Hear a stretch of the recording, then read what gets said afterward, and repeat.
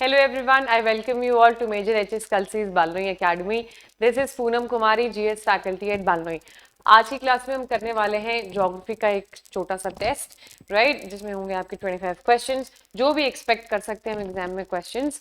तो ये सारे ही सिलेबस में से जो भी इंपॉर्टेंट यूनिट्स हैं उनमें से ये क्वेश्चंस होंगे. And we start with the class. The first question reads, the upward and downward movement of ocean water is known as the. देखिए, there are several motions in the ocean, right? We know that. कुछ horizontal movements होते हैं, कुछ vertical movements होते हैं. यहाँ पूछ रहा है upward and downward, which definitely means कि ये वर्टिकल मूवमेंट की बात कर रहा है. अगर वर्टिकल मूवमेंट की हम बात करते हैं तो यहाँ पर एक ही आपको दिख रहा होगा जो वर्टिकल मूवमेंट है, that is your tide. Tide क्या होता है? हाई टाइड के टाइम ओशन का वाटर ऊपर होता है और लो टाइड के टाइम नीचे होता है. बाकी आप देखेंगे करंट्स हैं तो हॉरिजॉन्टली मूव कर रहे हैं, वेव्स हैं तो हॉरिजॉन्टली मूव कर रहे हैं. Tide is the only vertical movement over here. And क्योंकि upward and downward we know that means vertical, right? So tide आपका हो जाएगा the correct answer. So correct answer would be your option A. And upward and downward movement is called as tide. Tides हमें पता है high tide होती हैं, low tide होती हैं. Similarly spring tides होती हैं which are your high tides and then neap tides. ये इनका cause क्या है? इनका cause है gravitational pull जो अर्थ, सन और मून. और हमेशा ध्यान रखेंगे इन तीनों की gravity is important for tides. So the gravitational pull of earth, moon and sun, ये जो तीनों ही सेलेस्टियल बॉडीज हैं, इन तीनों के ग्रेविटेशनल पुल की वजह से आती हैं tides on earth. Now we start with the next question, that is spring tides are caused. Now again you have another similar question, that is spring tides are caused as a result of the moon and the sun pulling the earth gravitationally in the same direction, as a result of the moon and the sun pulling the earth gravitation in the opposite direction. Now देखिए, अगर spring tides की बात करें, you know we are talking about the high tides. High tide हमेशा तभी होती हैं जब अर्थ, सन एंड मून हमेशा एक स्ट्रेट लाइन में होते हैं.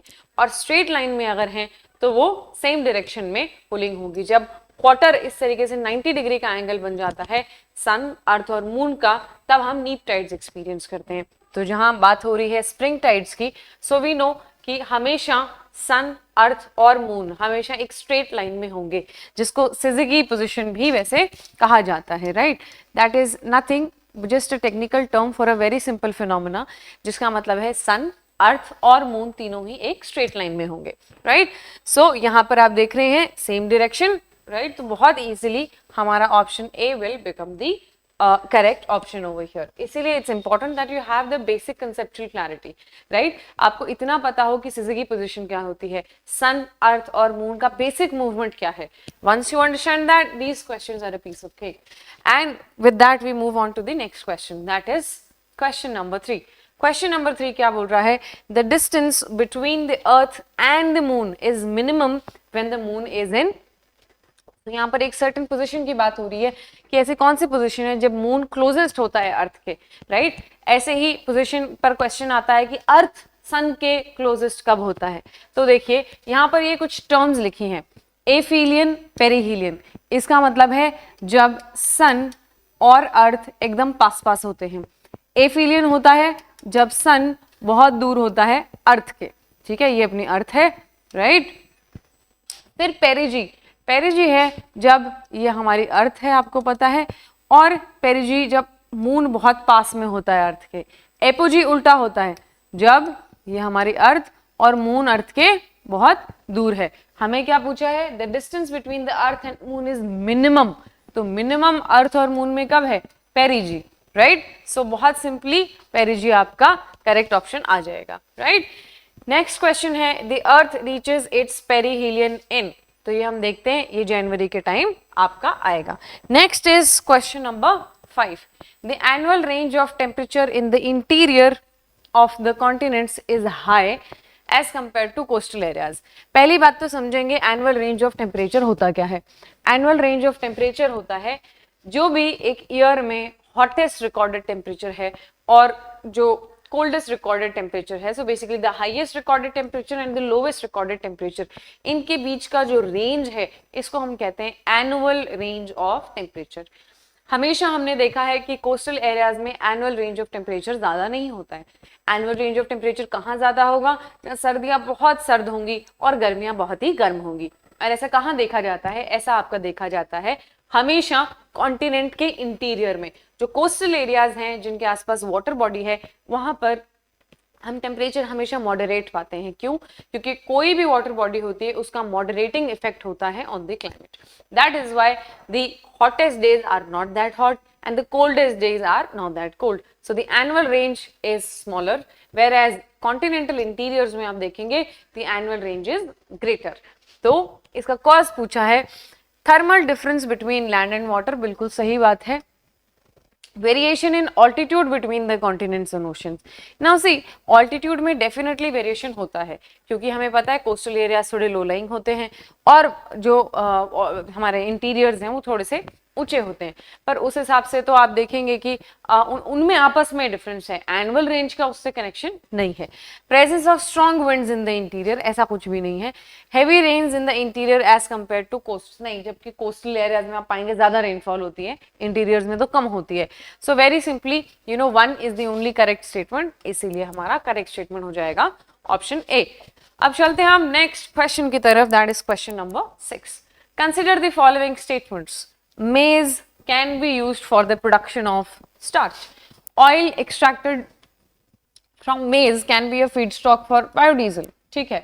Alcoholic beverages can be produced by maize, ये तो सभी को पता है, राइट? अब देखिए, जब भी एक टिपिकल, इनफैक्ट ये यूपीएससी लैंग्वेज अगर आप देखेंगे कि जब भी जो कैन बी वाला है ना, we are only talking about the possibility.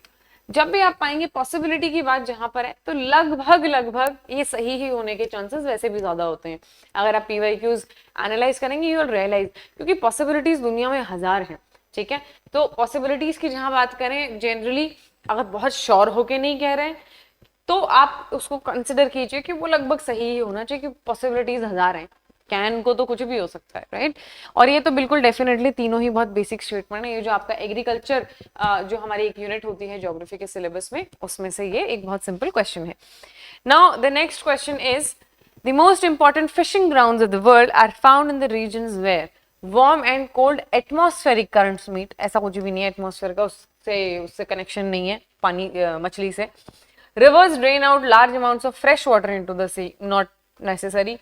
Warm and cold oceanic currents meet, definitely warm और कोल्ड ओशन करंट जहां भी मिलती है, जैसे फॉर एग्जांपल ओयाशियो करंट और कुरोशियो करंट जापान के आसपास मिलती हैं, और जापान को अच्छे खासा एक फिशिंग ग्राउंड मिलता है उसकी वजह से। ऑलवेज रिमेंबर, जब भी एक कोल्ड ओशन करंट और एक वार्म ओशन करंट मिलते हैं, उनके मीटिंग पॉइंट पर दो चीजें हमेशा पाई जाएंगी, एक high amounts, high quantities of fish, और दूसरा है कि हाई अमाउंट ऑफ फॉग। तो बहुत हेवी फॉग होगा, बहुत अच्छा फिशिंग ग्राउंड होगा जहां भी गर्म पानी की करंट और ठंडे पानी की करंट आपस में मिलेंगी। Japan is one example, Brazil का eastern coast is one example, right? अब चलते हैं नेक्स्ट क्वेश्चन की तरफ, which is from our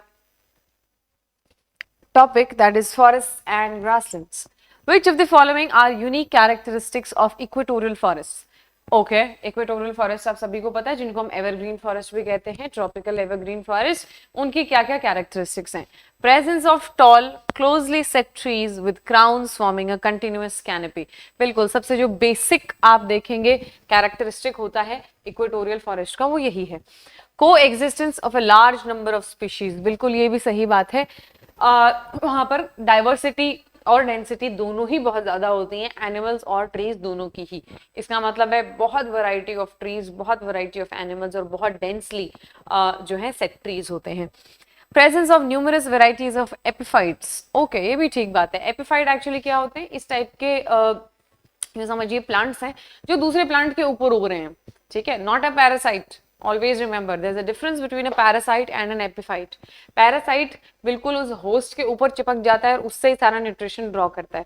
epiphytes ऐसे नहीं होते हैं। एपिफाइट जैसे फॉर एग्जांपल अगर मैं आपको दूं, फर्न्स जिनको हम कहते हैं, तो फर्न इज वन एग्जांपल कि कैसे एक पेड़ के ऊपर दूसरा पेड़ उग रहा है, ठीक है? उसको हम कहते हैं एपिफाइट। सिमिलरली एक टर्म आती है आपकी ज़ेरोफाइट, ठीक है? तो आपको पता होना चाहिए ज़ेरोफाइट क्या है। ज़ेरोफाइट अगेन एक टेक्निकल टर्म है for a very simple kind of flora, ठीक है? जो भी आपके डेजर्ट में प्लांट्स होते हैं उनको हम ज़ेरोफाइटिक प्लांट्स कहते हैं, एपिफाइटिक प्लांट्स कहाँ मिलेंगे? ट्रॉपिकल एरियाज में। और ज़ेरोफाइट कहाँ मिलेगा? जहाँ पर डेजर्ट एरियाज होंगे।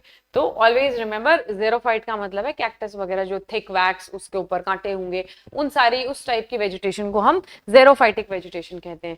एपिफाइटिक वेजिटेशन होती है जहाँ पर एक प्लांट के ऊपर दूसरा प्लांट उग रहा है, but it is not a parasite. Okay, so तीनों ही स्टेटमेंट्स बिल्कुल करेक्ट हैं, एंड इसीलिए option D 1, 2 and 3 would be the correct option. Okay, now further we move on to the next question. Which of the following statements is or are correct? Intercropping involves growing of 2 or more crops simultaneously on the same field. बिल्कुल ठीक है, same field पे same season में एक साथ जो crops उगती हैं एक सेट पैटर्न में, उसको हम इंटरक्रॉपिंग कहते हैं। They are grown in a set pattern, बिल्कुल ठीक है, एक पैटर्न होता है स्पेसिफिक, ऐसे नहीं कि आपने सारे बीज मिलाए और यूं खेत में उगा रहे हो, मतलब फेंक के उगा रहे हो, ऐसे नहीं होता है। इंटरक्रॉपिंग में हमेशा इस तरीके से डेजिग्नेटेड प्लेस होता है कि यहाँ पर आपने एक सर्टन क्रॉप उगाई, फिर दूसरी क्रॉप, तो एक पैटर्न आप हमेशा देखेंगे फील्ड में। ठीक है, तो दोनों स्टेटमेंट्स करेक्ट हैं।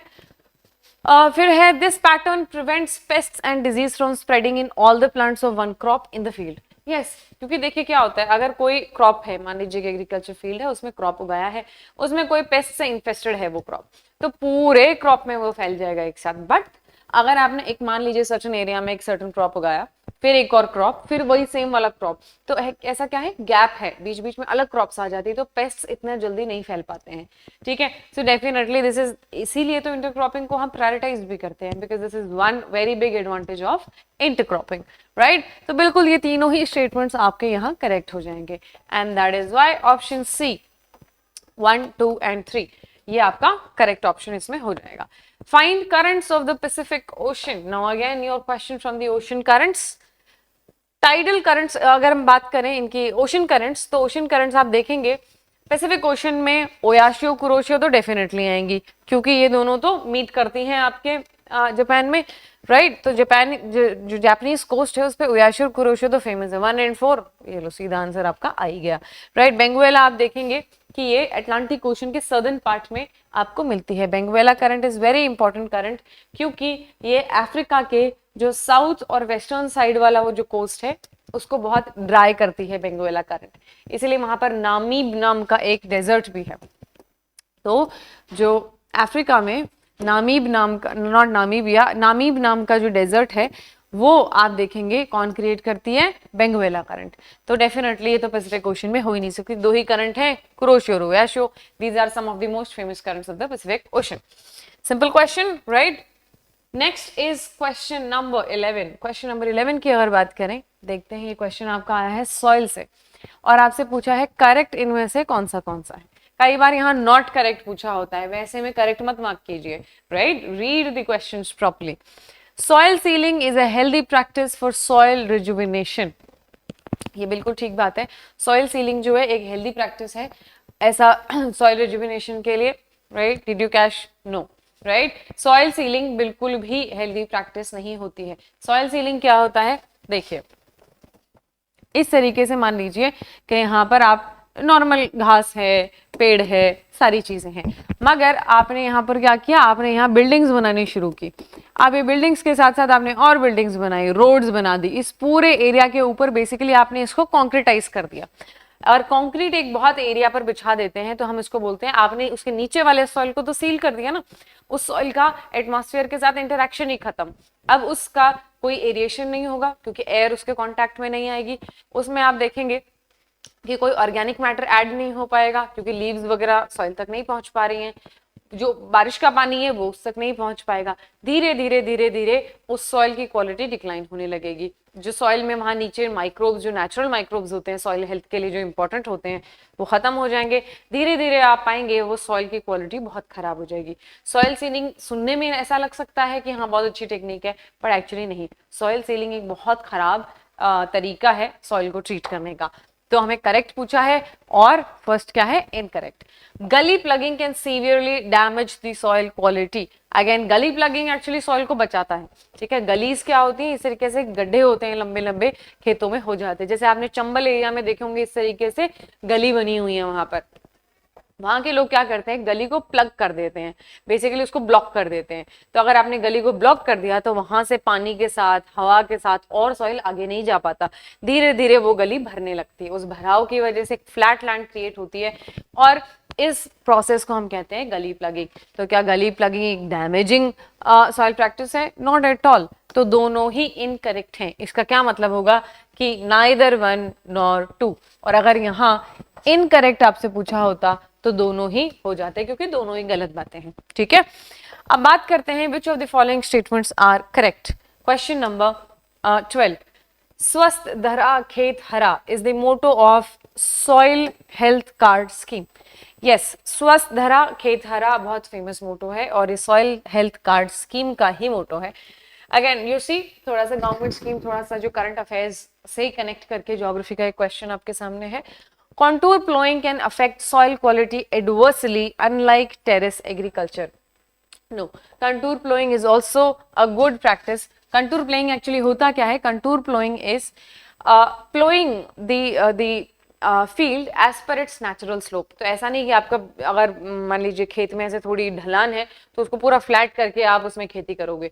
जितना जमीन को आप फ्लैट कर देंगे सॉइल इरोजन उतना बढ़ जाएगा, विंड से, वाटर से, हमेशा। तो इसलिए आप जो नेचुरल स्लोप होता है एक पर्टिकुलर एरिया का, उसके अलोंग ही उस पर खेती कीजिए। उसको पूरा यूं सपाट करके, उसको फ्लैट करके उस पर खेती मत कीजिए। Right, so again this would be incorrect, this is correct. हमसे क्या पूछा है? करेक्ट, इसलिए हम कौन सा मार्क करेंगे? Option A, 1 only. राइट, इसके साथ हम चलेंगे क्वेश्चन नंबर 13 के ऊपर। क्वेश्चन 13 क्या बोलता है? Which of the following statements are correct? Plantation agriculture is capital intensive. बिल्कुल, प्लांटेशन एग्रीकल्चर आप देखेंगे, टी प्लांटेशंस हैं, बनाना प्लांटेशंस हैं, इनमें क्या होता है? बहुत पैसा लगता है। क्या ये कैपिटल इंटेंसिव है? डेफिनेटली है। Plantation agriculture is labour intensive as it doesn't need any machinery.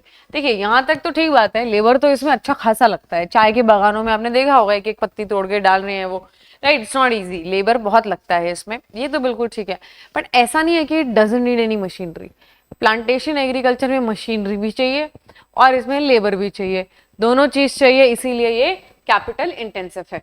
तो ऐसा बिल्कुल भी नहीं है कि ये लेबर इंटेंसिव है तो इसमें मशीनरी नहीं लगती, इसमें मशीनरी भी लगती है और इसमें आप देखेंगे कि लेबर भी लगता है, इसीलिए कैपिटल ज्यादा लगता है।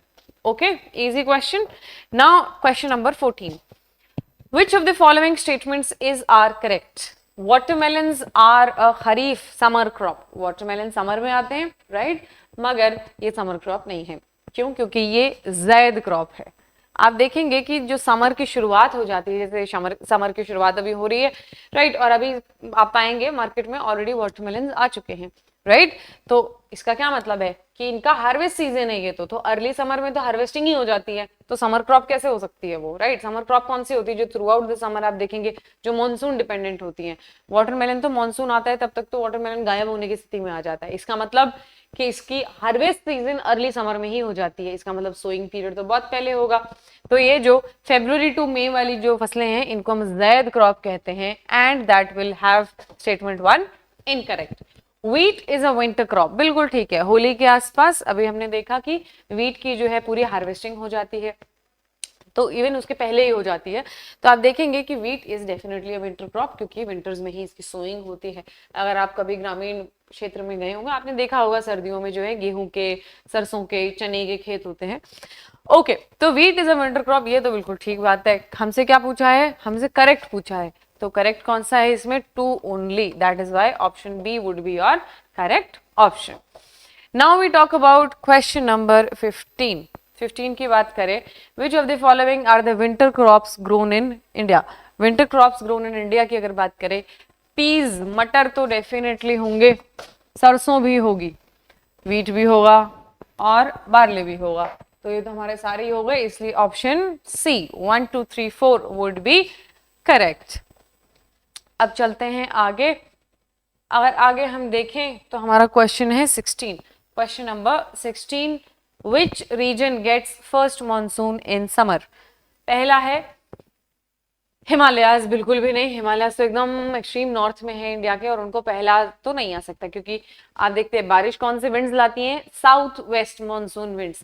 तो आप इतना देख लो कि साउथ और वेस्ट में कौन सा है इंडिया के, इंडिया के साउथ और वेस्ट में है वेस्टर्न घाट्स। तो साउथ वेस्ट मानसून ही तो होता है, इसी की वजह से भारत में बारिश आती है, और साउथ वेस्ट से आ रही है, तो साउथ वेस्ट में कौन है, western Ghats. Also western Ghats are quite famous for their green lush green forest, और वो हैं क्योंकि वहां पर भारी मात्रा में बारिश होती है।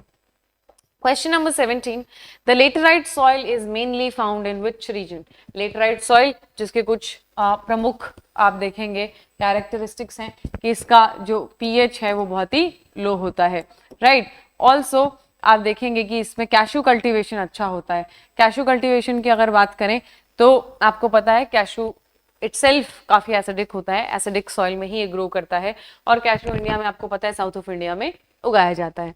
साउथ ऑफ इंडिया से यहाँ अगर बात करें तो we only have Malabar coastal plain, जो कि आपका केरला साइड, जो केरल कोस्ट है, वहां पर आप मुख्य रूप से लेटराइट सॉइल पाएंगे, जो कि एक एसिडिक सॉइल होता है जिसका पीएच लेवल काफी लो रहता है। Now we talk about the next question, question number 18। Consider the following statements. पहला है alluvial soil is also known as self flowing soil. Self flowing soil कौन सा होता है, ब्लैक सॉइल। तो क्या पहला स्टेटमेंट करेक्ट है, बिल्कुल भी नहीं। Why? Because black soil is actually known as the self-flowing soil. Saline soils are found in arid and semi-arid regions and in waterlogged and swampy areas. बिल्कुल ठीक बात है, सलाइन सॉइल दोनों में ही पाया जाता है, हालांकि मुख्य रूप से सैंडी सॉइल होता है, बट वो भी सलाइन होता है नेचर में। Black soil is important for growing plantation crops. Now देखिए, black soil is important for growing cotton but and other crops, but not specifically plantation crops. तो प्लांटेशन का बिल्कुल हम नहीं कह सकते हैं कि प्लांटेशन क्रॉप्स बहुत हैं, तो 1 और 3 तो हटा ही दो, 2 ओनली है हमारे पास, बिल्कुल बी 2 ओनली, राइट। तो इसका correct answer would be 2 only. Next question is, which one of the following soils is characterized by very high content of organic matter? Now, vertisol, histosol, jellisol, sporosol. आप देखिए ये सारी categories आती हैं आपकी soil के यूएस सॉइल टेक्सोनॉमी से, और इनका बेसिस ऑफ क्लासिफिकेशन क्या होता है, इनका बेसिस होता है लेयर्स। सॉइल में अगर आप वर्टिकली डिगिंग करना स्टार्ट करेंगे, आप अलग अलग लेयर्स पाते हैं, राइट। उन लेयरिंग के बेसिस पर, उस लेयरिंग के बेसिस पर यूएस ने क्या किया, ये कुछ कैटेगरीज डेवलप कर दी हैं, और ये आप देखेंगे कि हाई ऑर्गेनिक मैटर वाला जो फेमस सॉइल है दैट इज हिस्टोसोल। अगर इंडिया की बात करें, इंडिया में सबसे ज्यादा आता है आपका इंसेप्टिसोल, और फिर उससे थोड़ा कम है एंटीसोल। ये हमेशा आप ये दो टर्म्स इंडिया के संदर्भ में हमेशा याद रखेंगे। इंडिया में सबसे ज्यादा इंसेप्टिसोल है, फिर एंटीसोल है। इंडिया में कम कौन सा होगा, मॉलिसोल। क्यों? क्योंकि मॉलिसोल क्या होता है, ग्रासलैंड सॉइल। क्या इंडिया में ग्रासलैंड्स हैं मगर बहुत ही कम। हल्की आप गुजरात में कुछ ग्रासलैंड्स देखते हैं, थोड़ा आप यूपी में कुछ ग्रासलैंड्स आप देखेंगे, राइट। बट बहुत ऐसे वास्ट ग्रासलैंड्स इंडिया में इतनी नहीं है, इसलिए ग्रासलैंड सॉइल क्या इंडिया में होगा, नहीं। मॉलिसॉल इंडिया में इसलिए बहुत कम है, ठीक है। यहां पर अगर बात करें करेक्ट आंसर की, तो क्या पूछा है, soil characterized by very high content of organic matter, that would be histosol. Easy. अगर आपको बेसिक इन टर्म्स का मतलब आता है, बहुत इजीली आप रूल आउट करके अपने करेक्ट आंसर पर पहुंच जाएंगे। Now we talk about question number 20। Question number 20 की बात करें, the laterite soils develop in areas with high temperature and high rainfall. ये ठीक है, कोई दिक्कत नहीं है इसमें। स्टेटमेंट 1 तो बिल्कुल हमारा सही स्टेटमेंट है। Red soil develops on crystalline igneous rocks in areas of low rainfall in the eastern and southern part of Deccan Plateau. ये ठीक है, इसीलिए आप देखेंगे कर्नाटक में, छत्तीसगढ़ में हमेशा रेड एंड येलो सॉइल ही मिलता है। The black soil retains moisture for a very long time. ये भी बिल्कुल ठीक बात है, क्योंकि इसकी वाटर रिटेंशन कैपेसिटी बहुत ज्यादा होती है। क्यों? 2 रीजंस। 1, इसका ग्रेन साइज बहुत कम है, और क्ले कंटेंट बहुत हाई है, इसीलिए ये तीनों स्टेटमेंट्स करेक्ट हैं। इसलिए आंसर क्या आ जाएगा, all 3 of them. Okay, now we move on to 21 की अगर बात करें क्वेश्चन की, which of the following vegetations are found in Andaman and Nicobar islands? Moist deciduous forest, tropical evergreen forest, some mountain forest, littoral forest. Now see, मुख्य रूप से अगर बात करें तो आपका ट्रॉपिकल एवरग्रीन फॉरेस्ट वहां पर मिलता है, ठीक है। और आप देखेंगे कई जगह आपको मॉइस्ट डेसिडुअस फॉरेस्ट भी मिलता है। लिटोरल फॉरेस्ट, हालांकि जो कोस्टल एरियाज हैं वहां आपको लिटोरल फॉरेस्ट भी मिलता है, ठीक है, और सब माउंटेन फॉरेस्ट भी कुछ पार्ट्स में आप पाएंगे। तो मुख्य रूप से ट्रॉपिकल एवरग्रीन फॉरेस्ट मिलेंगे, बट ये सारे ही टाइप आप अंडमान निकोबार आइलैंड्स में पा सकते हैं, राइट। डिपेंड करता है कि आप आइलैंड की पेरिफेरी की बात कर रहे हो या सेंटर की बात कर रहे हो। ये सारे टाइप्स आप देखेंगे अंडमान निकोबार में मिलते हैं। I repeat, most prominent is tropical evergreen. तो अगर ऑप्शंस में अगर ये आते हैं तो आप ट्रॉपिकल एवरग्रीन ही पिक करते, बट यहाँ पर आप ऑप्शंस देखेंगे तो आप सभी को करेक्ट मार्क करेंगे, बिकॉज इन सभी की कुछ परसेंटेज आप अंडमान निकोबार आइलैंड्स में पाते हैं, right. Next is contours are imaginary lines showing. Contours आपको पता है, कंटूर का मतलब होता है कि स्लोप से हम बात कर रहे हैं। स्लोप अगर बात करें तो स्लोप मतलब ऑल्टीट्यूड। तो यहाँ क्या है, सेम टेम्परेचर वाले एरियाज, नो, सेम टेम्परेचर वाले एरियाज को हम आइसोथर्म्स कहते हैं। Place of equal atmospheric pressure को हम आइसोबार कहते हैं। प्लेस ऑफ इक्वल ऑल्टीट्यूड को हम कॉन्टूर कहते हैं, ठीक है। Now we talk about the next question, that is question number 23। Which of the following statements are correct. पहला स्टेटमेंट है the Rann of Kutch is also called as the white desert of India. बिल्कुल सही बात। Rattlesnakes and vipers are very common in the deserts. Yes, easy one, easy question है. Both 1 and 2 would be correct. India presently has which of the following research stations at Antarctica? अगर Antarctica की बात करें, Antarctica में भारत के 3 station हैं, जिसमें दक्षिण गंगोत्री सबसे पहला था, और इनमें से अगर देखें मैत्री बिल्कुल है, हिमाद्री अंटार्कटिक में नहीं है, ये आर्कटिक रीजन में है, ठीक है, तो 2 नहीं होगा, और भारती भी है, तो भारती और मैत्री, तो only 2 of them are in the Antarctic region, ठीक है। हमसे पूछा क्या है, अंटार्कटिका में एंड नॉट आर्कटिक एरिया में। अब चलते हैं लास्ट क्वेश्चन की तरफ, which is which of the following is the highest peak of the Himalayan range. अगर इसकी बात करें, हिमालयन रेंज इन इंडिया, ठीक है, देखिए हिमालयन रेंज पूछी है, हिमालयन रेंज मल्टीपल कंट्रीज में है, you know that, right, including your India, Nepal, China, Bhutan, बहुत सारे देशों में है हिमालयन रेंज। इंडिया में हाईएस्ट पीक पूछिए, माउंट एवरेस्ट हाईएस्ट तो है मगर इंडिया में नहीं है। माउंट एवरेस्ट कहाँ है, नेपाल में, ठीक है, तो हम क्या इसको मार्क कर सकते हैं, बिल्कुल भी। आधे लोग इसको नहीं पढ़ेंगे और सीधा माउंट एवरेस्ट करते हैं। Please read the questions very very carefully, ताकि आप इजी क्वेश्चंस गलत ना करें।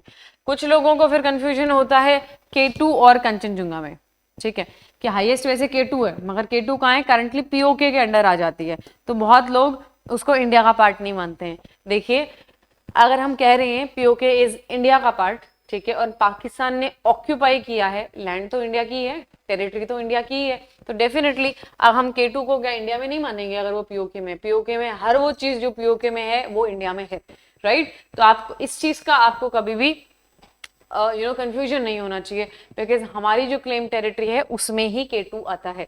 तो no one to mark Kanchenjunga. अगर ऐसा है कि इंडियन ओन्ड टेरिटरी, तब हम कंचनजुंगा जरूर कर सकते हैं। सिंपली पूछा है इन इंडिया, तो POK में है K2, मगर POK इंडिया में ही है, ठीक है। So by that K2 would be your highest mountain peak in India, अगर जो कि आपकी हिमालयन पीक है। अगर आप बात करते हैं हाईएस्ट लोवेस्ट टॉप 3, तो माउंट एवरेस्ट सबसे ऊंची है, फिर आपकी K2 है, फिर आपकी कंचनजुंगा आती है। तो 1 2 3 इस ऑर्डर में ये है। So with that we have completed our test for today, right. तो ये आपका ज्योग्राफी का टेस्ट है। Soon you'll have another test, जिसमें हम फिर से 25 क्वेश्चंस करेंगे from different units such as soils of India, agriculture in India, climatology, geomorphology, right, ताकि आप अपने आप को टाइम टू टाइम टेस्ट करते रहें, आपको पता लगे आप कितना पानी में है। अगर आपको लग रहा है ज्यादा पानी में है तो प्रिपरेशन और थोड़ी स्ट्रॉन्ग कर दीजिए, राइट, और कोशिश कीजिए कि बेसिक कॉन्सेप्ट्स पर आप हमेशा थोड़ा ध्यान ज्यादा दें। क्यों? क्योंकि most of the questions are low hanging fruits actually, right. So make sure कि आप कंसेप्चुअल क्लैरिटी पर ध्यान दें, कॉन्सेप्ट्स आपके क्लियर हों। एग्जाम के पहले रिविजन जरूर से करें, ताकि कोई कंफ्यूजन ना हो, specifically when we are talking about the statement based questions. So I hope the class was helpful. Keep learning, keep preparing. Good luck. Jai Hind.